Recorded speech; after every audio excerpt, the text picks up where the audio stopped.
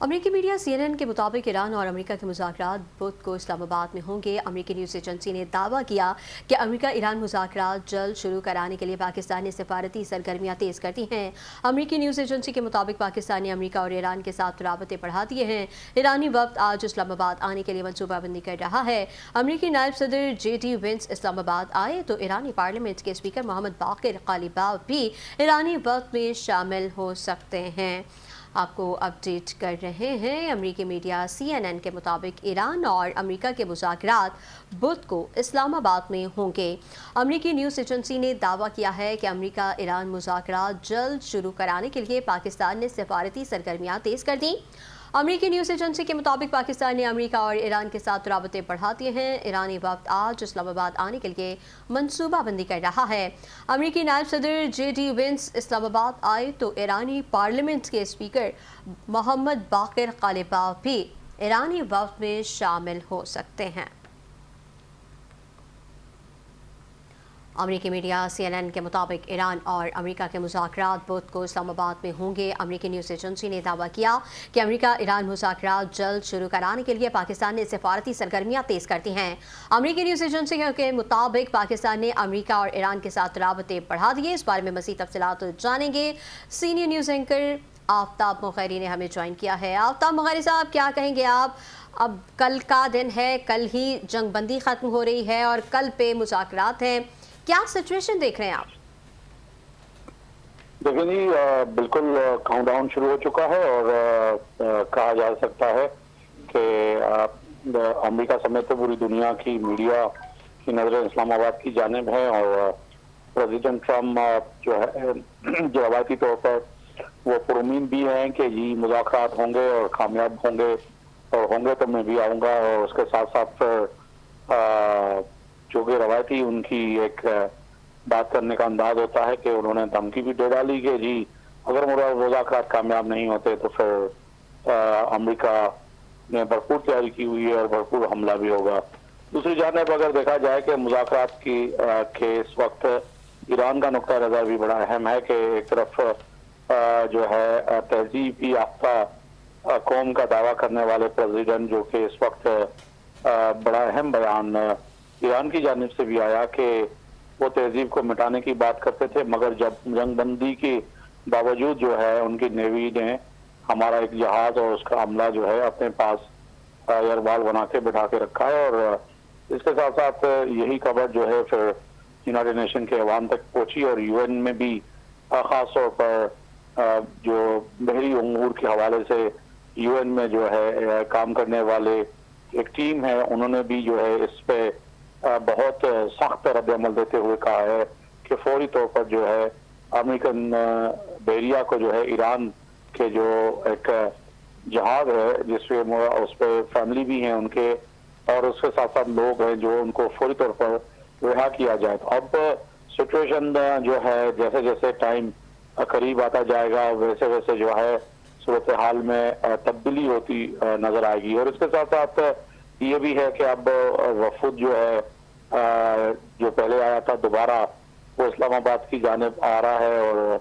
तवक्को की जा रही है कि चंद घंटों में जब वो पहुंचेगा तो सिचुएशन मजीद क्लियर होगी कि जो बातचीत होगी उसके नुकात वही होंगे या कुछ चेंज होंगे। क्योंकि अब ईरान ने तो ये कह दिया वाज़े तौर पर जब तक जो है स्ट्रेट ऑफ हॉर्मज़ से US नेवी जब तक नहीं हटती और हमारे जहाज और उसके अमले को जब तक रिहा नहीं किया जाता तब तक हम इस मुज़ाकरात में शिरकत नहीं करेंगे। तो मैं समझता हूँ ये भी नुक्ता जो है कहीं ना कहीं प्रेसिडेंट ट्रम्प और जब ये टीम आएगी तो शायद ये भी हल्की जानिब बढ़े। और इसके साथ साथ अगर देखा जाए कि इस वक्त जो ग्राउंड सूरत हाल है वो बड़ी खतरनाक इसीलिए भी बढ़ती जा रही है कि प्रेसिडेंट ट्रम्प के लिए भी ये काउंटडाउन जो है खतरे की गिनती बजाता हुआ नजर आ रहा है। जैसे जैसे सेकंड और मिनट के बाद फिर जो है घंटे जो चंद बचे हैं इस वार के उसके साथ साथ फिर जो है जो 60 दिन का अगर टाइम फ्रेम कंप्लीट हो जाता है तो फिर प्रेसिडेंट ट्रम्प के लिए मजीद और भी मुश्किलात होंगी कि उनको दोबारा फिर जो है कांग्रेस में जाना पड़ेगा और इस जंग के लिए मजीद अगर इसको बढ़ाने के लिए एक्सटेंशन करने के लिए जो है फिर कांग्रेस से इजाजत भी लेनी पड़ेगी और उनको एतमाद पे भी लेना पड़ेगा जो कि उनके लिए भी मुश्किल है। इस वक्त अगर बात की जाए कि आज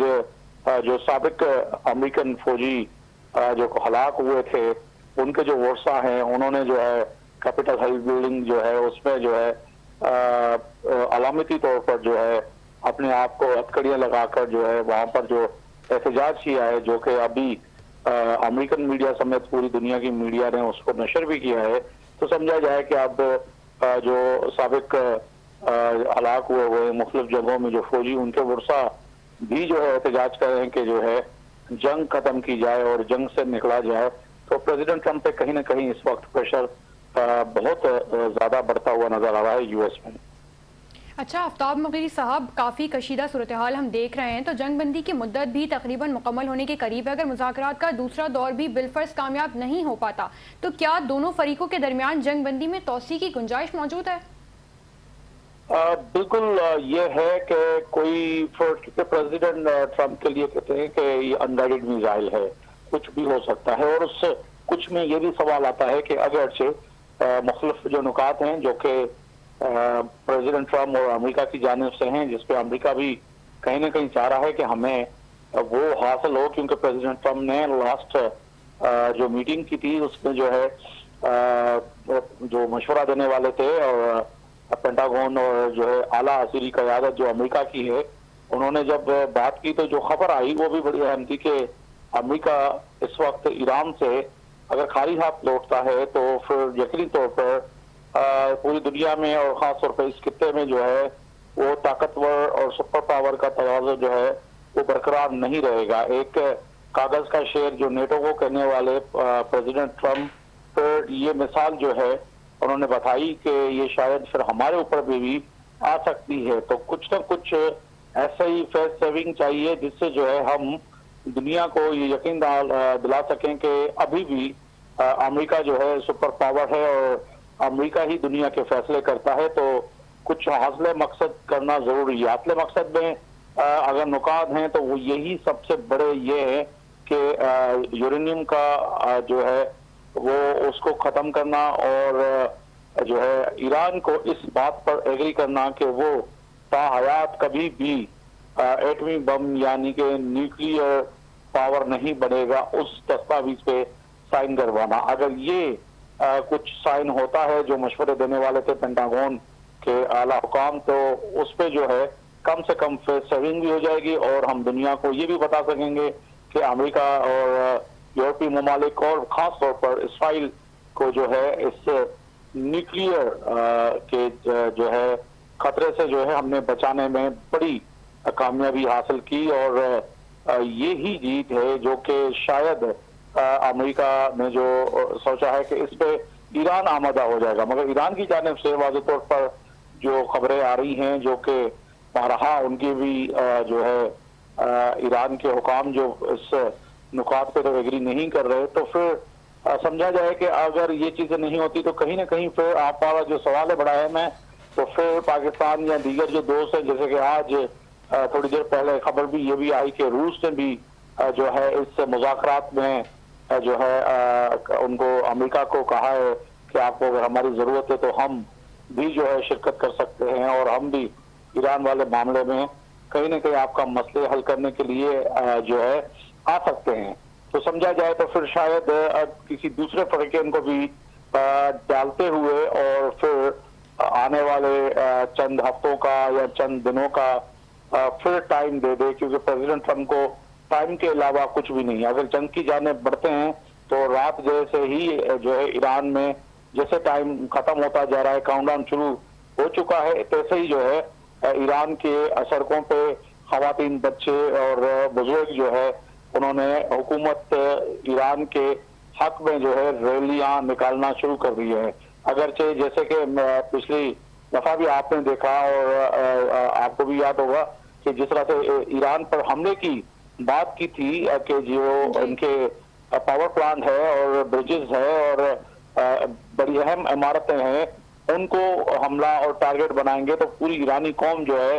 हाथों की जंजीर बनाकर और वहां बच्चे, बुजुर्ग और हजारों और लाखों की तादाद में लोग पहुंच गए थे, जो कि यकीनी तौर पर अमेरिका के लिए, अमेरिकन एयरफोर्स के लिए, अमेरिकन वो ड्रोन ऑपरेटर के लिए भी ये इंतहाई मुश्किल होगा कि उन मकामात पर हमला करना। अगर हमला करते हैं और इसमें सिविलियन की शहादत होती है तो फिर ये अमेरिका के लिए, प्रेसिडेंट ट्रंप के लिए और पूरी दुनिया के लिए एक कह सकते हैं कि बहुत जो है तारीख में खतरनाक जंग और हमला साबित होगा। और इससे जो है अमेरिका के ऊपर मजीद प्रेशर बढ़ेगा और तनकीद बढ़ेगी, क्योंकि इन्होंने सिविलियन के ऊपर अगर हमला किया तो इससे जो है कहीं ना कहीं जो है फिर मजीद जो है ग्राफ जो कि अभी भी गिरता हुआ नजर आ रहा है दिन ब दिन प्रेसिडेंट ट्रंप का, वो मजीद उसमें ग्राफ गिरेगा। और यकीनी तौर पर जो इस वक्त जो अमेरिका के अंदर जो है मिड टर्म इलेक्शन है उस पर भी मजीद इसका असर पड़ सकता है। अच्छा, आफ्ताब मुगैरी साहब हमारे साथ ही रहेगा। हमें ज्वाइन किया है senior rank person Khatija Rathore ने। खतीजा, पूरी दुनिया की नज़रें इस वक्त पाकिस्तान पर हैं कि कब ईरान अमेरिका मुज़ाकरात होंगे और अमन को ढूंढ रहे हैं सब। ऐसे में पाकिस्तान ने भी अपनी सिफारती जो सरगर्मियां हैं उनको तेज़ कर दिया है, लेकिन जल्दी जल्दी करते करते भी बात आखिरी दिन तक आ पहुंची है। क्या कहेंगी आप? जी बिल्कुल शहजादी, आपने दुरुस्त कहा कि आज शाम तक जो है वो सीज़फायर ख़त्म हो जाएगा और डोनाल्ड ट्रंप की जानिब से कहा गया था कि इसमें मज़ीद तोसी जो है वो अमेरिका की जानिब से नहीं की जाएगी। तो अगर मुज़ाकरात हो जाते हैं तो फिर हम देखेंगे कि अमेरिका और ईरान की जंग ख़त्म हो जाएगी, मुकम्मल जंगबंदी की तरफ चले जाएंगे। लेकिन जो इतला सामने आ रही थी, कल ये खबर सामने आई थी कि JD Vance का तैयारा जो है वो पाकिस्तान के लिए निकल चुका है।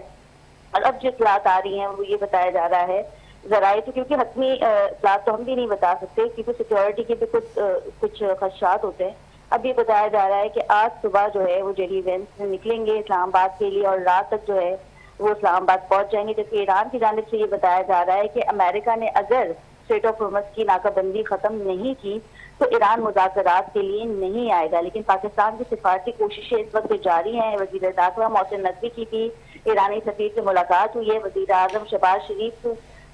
जो है वो भी इसके लिए कोशा है और हम देख रहे हैं कि बैक डोर्स जो है वो ईरान और पाकिस्तान की जानिब से जो है वो बातचीत की जा रही है, टेलीफोनिक रब्ता किया जा रहा है। लेकिन ईरान का जो ये मुतालबा है बिल्कुल वाज़ेह है और सही भी है कि जब straight of Hormuz field marshal Syed Asim Munir के कहने पे खोला गया तो अमेरिका को भी स्ट्रेट ऑफ हॉर्मुज़ की नाकाबंदी खत्म कर देनी चाहिए थी। मुज़ाकरात ऐसे नहीं होते कि आपने इस वक्त ईरान का एक कार्गो जहाज जो है वो अपनी तहवील में ले लिया है, वो भी वो जहाज जो चाइना से ईरान आ रहा था। इसमें हम देखेंगे कि चाइना भी इस जंग में, मैं तो ये नहीं कहूँगी कि इस जंग में शामिल हो सकता है, लेकिन चाइना को भी तशवीश है। और जैसे कि मैंने कल भी बताया था कि इस जंग के बाद डोनाल्ड ट्रंप जो है वो दौरा भी करेंगे चाइना का और उन्होंने शी जिनपिंग से रिक्वेस्ट भी की थी कि नॉर्थ कोरिया के सदर से जो है वो मेरी बातचीत करवाएं, मेरी मुलाकात करवाएं। वैसे तो ये मौजूद से हटके, लेकिन हमने अक्सर देखा है कि उनके मीम्स भी बड़े बन रहे हैं। तो डोनाल्ड ट्रंप का झुकाव जो है वो इस वक्त नॉर्थ कोरिया की तरफ भी है और हम देखेंगे कि डोनाल्ड ट्रंप चाहते हैं कि सत्ते में जो कशीदगी डोनाल्ड ट्रंप ने फैलाई है और जिसके बाद जिस तरह की अगेंस्ट उनकी बातें हुई हैं, चाहे वो 25 अमेंडमेंट के हवाले से हो, चाहे वो मिड टर्म इलेक्शन के हवाले से हो, अभी एक वाज़ेह बताया जा रहा था कि डोनाल्ड ट्रंप के इख्तियारात में कमी हो सकती है। कुछ खबरें ऐसी भी थी कि जब अमेरिकन पायलट को ईरान से रेस्क्यू किया गया था तो उस मीटिंग में डोनाल्ड ट्रंप को शामिल ही नहीं किया गया था और कहा गया था कि आप इस मीटिंग में शामिल नहीं हो सकते। और जो मीटिंग की गई थी उनके आला अफसरान की जानिब से कि उन्होंने पायलट को रेस्क्यू किया था जो ईरान में ऑपरेशन के वक्त जो है वहां पहुंच गए थे और फिर अमेरिका की जानिब से उन्हें रेस्क्यू किया गया था। तो बिल्कुल इस वक्त सिचुएशन काफी अहम है पाकिस्तान के लिए, अमन की कोशिशें कर रहा है, भारत में सफेद मातम बिछी हुई है, पाकिस्तान ने वो कर दिखाया जो पूरी दुनिया ना कर सकी। तो बिल्कुल ये पाकिस्तान के लिए एक अहम एजाज भी है और हम देखेंगे कि कुछ घंटे में जो है ये मुज़ाकरात हो जाएंगे वहाँ जब JD Vance आ जाएंगे, जिसके बाद ईरान के डेलीगेशन